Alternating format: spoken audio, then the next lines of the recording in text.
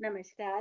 मैं डॉक्टर राजकुमारी शर्मा आज आपके समक्ष हिंदी का मौखिक साहित्य और उसकी परंपरा का दूसरा भाग लेकर उपस्थित हुई हूँ, जिसमें मौखिक साहित्य का उद्भव और विकास के बारे में मैं बताने जा रही हूँ और इसके जो अन्य उप शीर्षक है उन पर भी बात करूंगी, जैसे मौखिक और अभिजात्य साहित्य, मौखिक और लिखित साहित्य का संबंध।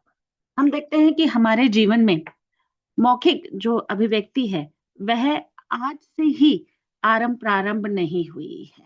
वह जब से मानव जीवन इस धरती पर एक तरह से संभव हुआ है, तब से ही मौखिक अभिव्यक्ति या मौखिक रूप का जो आधार है वह एक तरह से प्रस्तुत हुआ है।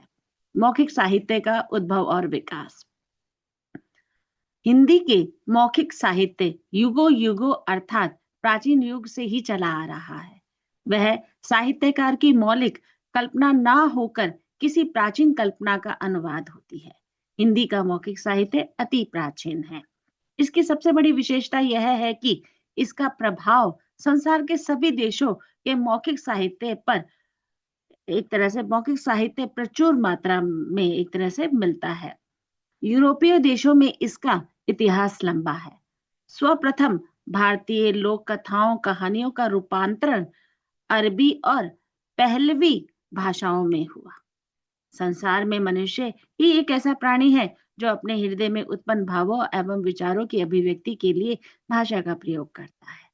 मनुष्य के साथ साथ ही हम देखते हैं भाषा का एक तरह से निर्माण हुआ और उसका विकास हुआ और किस तरह से वह साहित्य का भी रूप बनता चला गया। समाज में रहते हुए मनुष्य को एक दूसरे से संपर्क एवं कार्यों के लिए भाषा की आवश्यकता होती है। भाषा पूर्ण रूप से सामाजिक वस्तु है।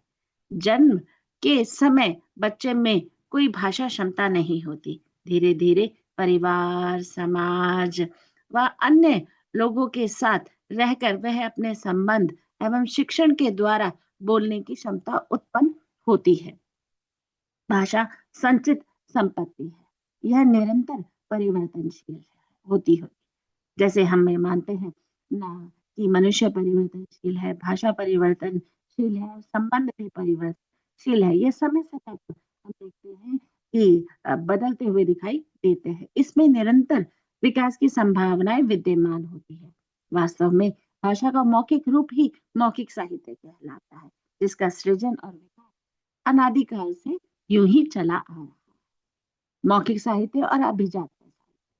मौखिक साहित्य और अभिजात्य साहित्य यद्यपि दोनों ही लोक से प्रेरित है, फिर भी दोनों में असमानता का भाव है।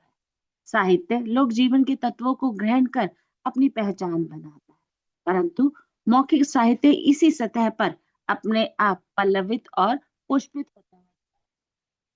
अलग अलग साहित्य की अलग अलग परिभाषा का रूप इस तरह से साहित्य में और लिखित साहित्य का गहरा संबंध है। लिखित साहित्य भावों और विचारों की लिखित अभिव्यक्ति होती है, जबकि मौखिक साहित्य उन्मुक्त भाव से भरा हुआ होता है। इसमें व्यक्ति अपने अंदर जो भी भाव महसूस कर रहा है या लोगों द्वारा जो भी अभिव्यक्ति उसे भावों के द्वारा मिल रही है, उसका वह रूप एक तरह से प्रस्तुत करते हुए दिखाई देता है।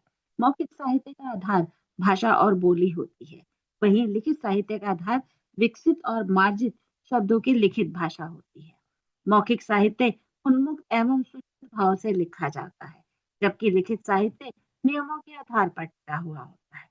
डॉक्टर राम नरेश त्रिपाठी ने कहा है, सिद्ध कवियों की कविता का आनंद वही उठा सकता है जिसने छंद, व्याकरण और अलंकार शास्त्र का अच्छी तरह से अध्ययन किया है। ऐसी कविता को हम स्वाभाविक कविता नहीं कह सकते।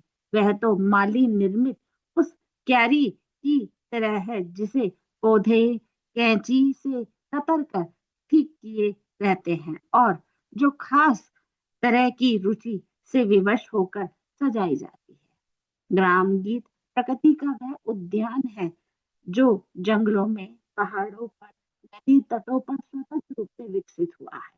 वह अकृत्रिम है।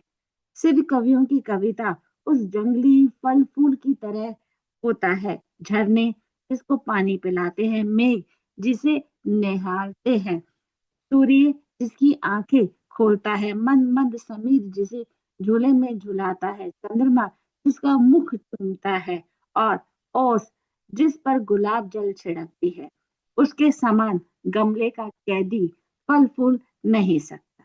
मौखिक साहित्य और लिखित साहित्य एक होने पर भी उसमें पर्याप्त अंतर है।